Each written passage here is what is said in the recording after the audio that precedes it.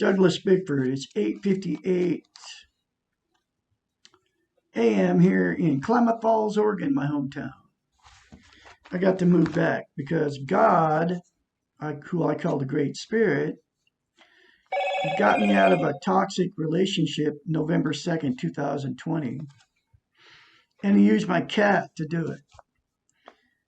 My ex-wife to be threatened to kill my cat because of a lie that her mother said about my cat. His name's Bullseye. My ex-wife to be and her mother, she moved her mother in, and my cat, she was prodding my cat. They were in a cat fight. I had 7 of them. She was prodding my cat because he was in a fight, probably with her cat. Okay. So she was bending over, prodding him with a cane, and he jumped up and scratched her in the face. Okay. Because he was defending himself because she was hitting him with a cane. I saw her do it before. So anyway, she lied to my wife about it. She came. I was out there unloading hay off my trailer, along with my wife, or maybe she wasn't out there. I have no idea. Yeah, she was, because she came waddling out the door. She's like 5'0", 150 pounds overweight, can't quit eating ice cream. Know-it-all, 85-year-old Mormon woman that as soon as she moved in my house started threatening me. Oh man, she hated men. Men are evil. They burn houses down. You got to burr under your saddle. As she sits there in the rocker, can't quit eating ice cream. Got that smirk thing, got the Mormon thing going on. Of course, you don't go to the Mormon church, but she, excuse me, she don't go to the Mormon church, but she spouts all the Joseph Smith, the Book of Mormon, and how great she is because she's a Mormon, right? So I got to hear that for 2 months. I lasted 2 months after she moved in. Anyway, she lied about my cat. She said my cat jumped up off the floor for no reason and it just clawed her and attacked her in the face. Yeah, it was a bold-faced lie, and she knew it. Okay. Anyway, my wife jumped on the bandwagon. They started telling me they're going to kill my cat. Cassandra sat there and told me, that was her name. I'm going to kill your cat. I'm going to kill him. I'll kill him. And I got a hold of Bullseye. I said, you're not killing my cat. That was my final no. I could never say no to her. She killed one of my cats, took a gun and shot him in the back of the head. Then the other cat, his name was Bear. Literally, she become evil because of her low self-esteem. I let her do it because of my low self-esteem. I get to live with it. But, I've got over it. I'm not over it. I miss Bear, and it was her fault. She shot him and killed him dead. Okay. And, I mean, I was going through a terrible PTSD because of that. She was like, oh, well, she didn't care. She's used to killing animals. That's what she likes to do. I mean, that's always trying to impress people with, oh, I'm Studley, a woman. I can kill all kinds of animals. That's what she was always saying. She was like, it didn't bother her to put a 308 in the back of a goat's head and shoot it. That's exactly what she did, 3 of them. The very first year I was with her. And she laughed about it. Oh, it splattered the poor goat's brains all over. I loved it. If the goat had the gun and he could shoot her in the back of the head, he'd be laughing about her brain splattering all over the place. And she literally laughed about it. Okay. But that was like within a year. That was like the first 8 months of the marriage. Okay. Or first 6 months. When that happened, I was like, I really screwed up here, man. Got in with a woman that loves to kill animals, and that's exactly what she likes to do. I mean, with a 308 point blank range, 3 innocent goats, okay? And then laugh about it to boot. She laughed about it because she put her ferret in the frickin' dryer and killed it. It was a joke to her. She laughed about it when her dad ran over a kitten. She laughed about it because one of the cats they had got smothered under a bale of hay. She would laugh about this stuff. I kid you not. But anyway, so the Great Spirit got me out of that relationship. And then because of that, I'm in Klamath Falls, Oregon. I just paid cash for my house. 72 grand. Paid cash for it. 3 bedroom, 1 bath, 100-year-old home in a nice neighborhood. Bought my Harley I always wanted. I got my Ford F-350, a 1-ton diesel, 2002, beautiful truck. Got my Harley, got my Miata, which is a little Mazda Miata, a little sports car. I took one car with me, which was my Dodge van, which is a tricked out 1987 Dodge van. It's that subline green. It's beautiful. It's Mopar green, that bright green.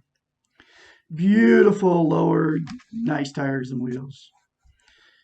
I got that, and I got an old RV when I left. Okay, and no clothes or anything, but I got it all back, double full. Plus, I paid my house off in cash, and I'm getting ready to open up a hot dog business here in Klamath Falls, Oregon. In fact, I'm going to order my hot dog cart today, hopefully, if they call me back. But anyway, so what has happened to me since then? That's over 7 months ago now. When I got in the toxic relationship 4 years ago now, May of 2017, when I married her after 3 weeks, I put an ad on Craigslist looking for a woman, right? If you're looking for a woman on Craigslist or any of the dating sites or a man, you don't have self-esteem. Now, here's the one simple way you can get self-esteem, self-love. And it will also connect you with the universe, the creator of the universe, whatever it is. It's in all the animals. The animals have it naturally, okay? And humans have to attain it, and we can get that one with the universe if we look in the mirror and say, I love you, and you say it every day. That's it. It's that simple. And just keep saying it over and over again. Then get the book, The Portable Therapist, which is where I get all my information from a doctor of psychology. She's a psychiatrist. She went to school between 8 and 10 years to get her degree, folks. She knows what she's talking about. And that's where I got the concept of looking in the mirror and saying, I love you. And that will give you self-esteem, okay? It will, if you keep saying it. Here's my advice. Don't tell anybody about it because they'll think you're nuts, okay? Now, here's Bubbles. She's one of the ones I saved because my wife, could care less about the cats. She made them go outside at night.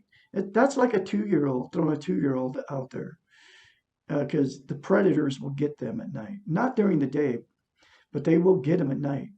And it was my wife's fault that I lost Sally. Her name was Sally. And she probably got ate by an animal, you know. And because my wife forced me to let him out, and I couldn't say no to her because I wanted the relationship to work.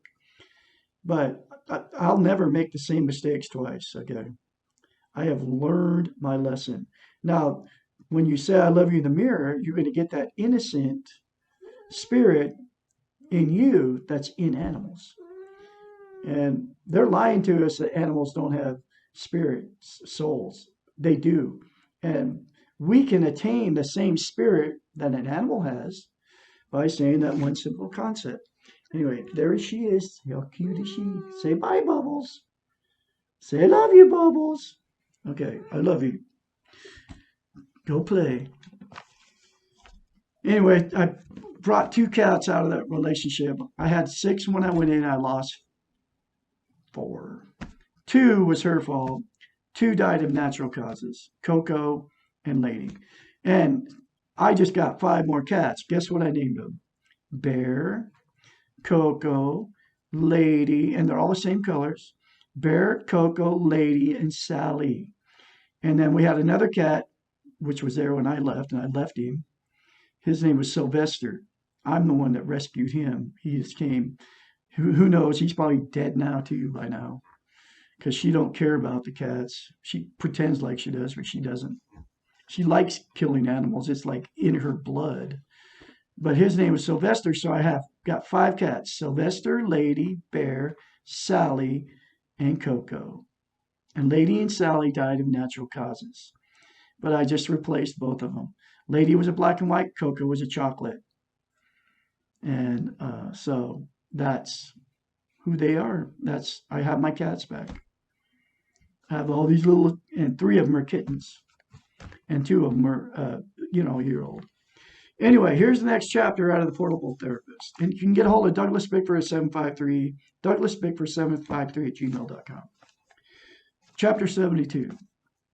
This is my mission. I'm going through this book, chapter by chapter. And you can get the book. It's in the link in the description of the description of the video. If I change, will my partner? There are 3 answers to this question: yes, no, and maybe. Yes means that when one part of a system, the relationship, changes, the whole system is affected and changes do occur. The no means that we cannot control the changes except for ourselves. Changing ourselves will not ensure changes in others. We may change the way in which we perceive others, and we may change in that it becomes easier to accept others. The maybe means that some changes may occur, but they may not be the ones we wanted, and they may not be in the desired direction. Excuse me. The motivation for changing ourselves cannot be to change the other. If this is the case, then we are involved in manipulative and bargaining behaviors and not with true change. Changing ourselves is hard work. It requires strong desires for the changes and commitment to the process of change. Now, I changed because I was when I left on November 2nd, I was in serious, confused, in pain, didn't know what I was going to do, had no idea what was going on. And I just took off. I was in a daze, but pretty much had no idea where I was even going. That's what made my change happen. And I found this book in a box at my son's house, which was the first place I stopped. I don't know, 2 or 3 days later. In a box at his house, who was also with the exact same woman I left, which is an alcoholic, abusive woman. And he can't even pound a nail in the wall without asking her permission. Okay. That's how bad he's got it. And I pray that it will change for him. He'll get away from her. But I can't change anybody but myself, but I changed. Okay. I'm not the same person I was 7 months ago.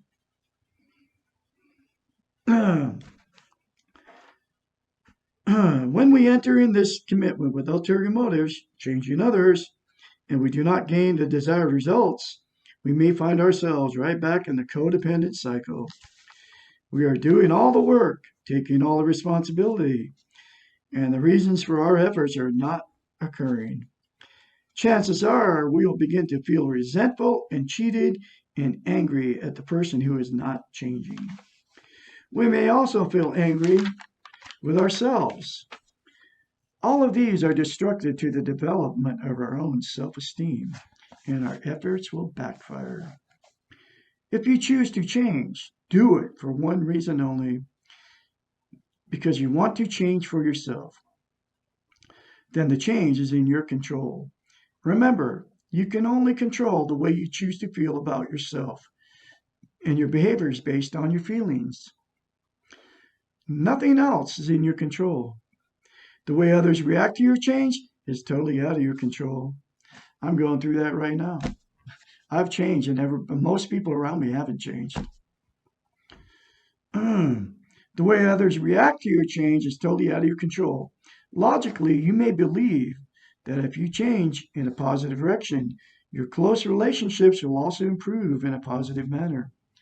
Unfortunately, which is what I'm finding out, relationships are not logical and sometimes the opposite occurs. That's exactly what has happened to me. uh, you repel people that don't have self-esteem. They don't want to be around you. The relationship begins to fall apart, or the others around you become more dysfunctional. This is a common reaction, well known to family therapists and systems experts.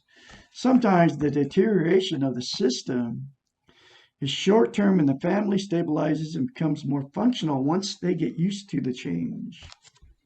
Bubble, get your tail out of my face.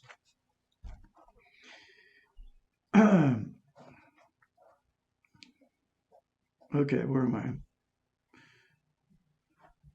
I? This is one reason why it is critical to change for yourself. Change because you have to, no matter what the consequences. This does not mean that all changes are going to put the relationship at risk. If you're still with a person, that's what this is talking about. Many changes occur which clearly enhance a relationship.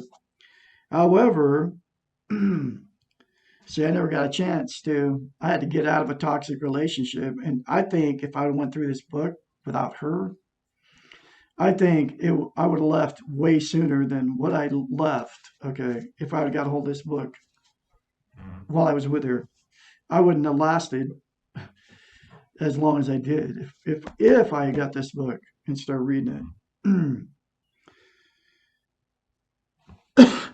However, the more dysfunctional the relationship, the more likely that it will not adapt to the change. These relationships are already at risk in creating pain for those involved in them. If your relationship is so tenuous that changing yourself for the better will destroy the relationship, then you may need to consider how valuable this relationship is to you and your quality of life. I would have read that. I would have read this thing, and I would have been like gone. Okay, because she wouldn't have changed. Because her mother, she's been in a dysfunctional family for years. If you're trying to change so that someone else will change, you are absolving them of their responsibility to change, and you are taking the credit for any changes which may occur. When you change yourself, you get all the credit for the change because you did it. You did the work. You felt the pain because it is very painful. You stuck it out and you achieved what you wanted to. Everyone else has the same rights. They all get the credit for their changes. You did not do it for them. They did it for themselves. They do not try to choose change for others. It never works. Now, here's how you can start the change process. If you say, I love you in the mirror every day, and don't tell anybody you're doing it. Don't tell your friends, don't tell your partner, don't tell anybody you're doing it. And just do it. You will start feeling the difference if you keep at it. Because it'll give you self-esteem, self-love. I mean, it works, folks. I'll say it right now to me. Douglas Bickford, I love Douglas Ellen Bickford. I love my inner child. I'm going to take care of my inner child. I am worthy to be loved. I'm worthy of love. I am full of God's goodness. I am full of goodness. I'm a good person. I'm a good father. I'm a good grandfather. I'm a good husband. I'm a good dad. I'm a nice person. I'm a talented musician. I am a talented guitar player. I have a very beautiful singing voice. I am good looking, even though I'm 65. I accept myself just the way I look, just the way I am, my body. I have a little bit overweight, but you know what? I'm 65 and I like to eat. I love ice cream, but I don't overeat. Okay. A little bit maybe, but we got to have some fun sometime, right? Anyway, the more you say in the mirror to yourself positive, the more that will come true. It happens. It works. And never, never, never give up. Okay? And your attitude determines your direction. It's all true, folks. Douglas Bickford, I'll have more later for you out there. Like I said, contact me at douglasbickford753 @gmail.com for anybody that wants to get a hold of me. You all have a great day out there.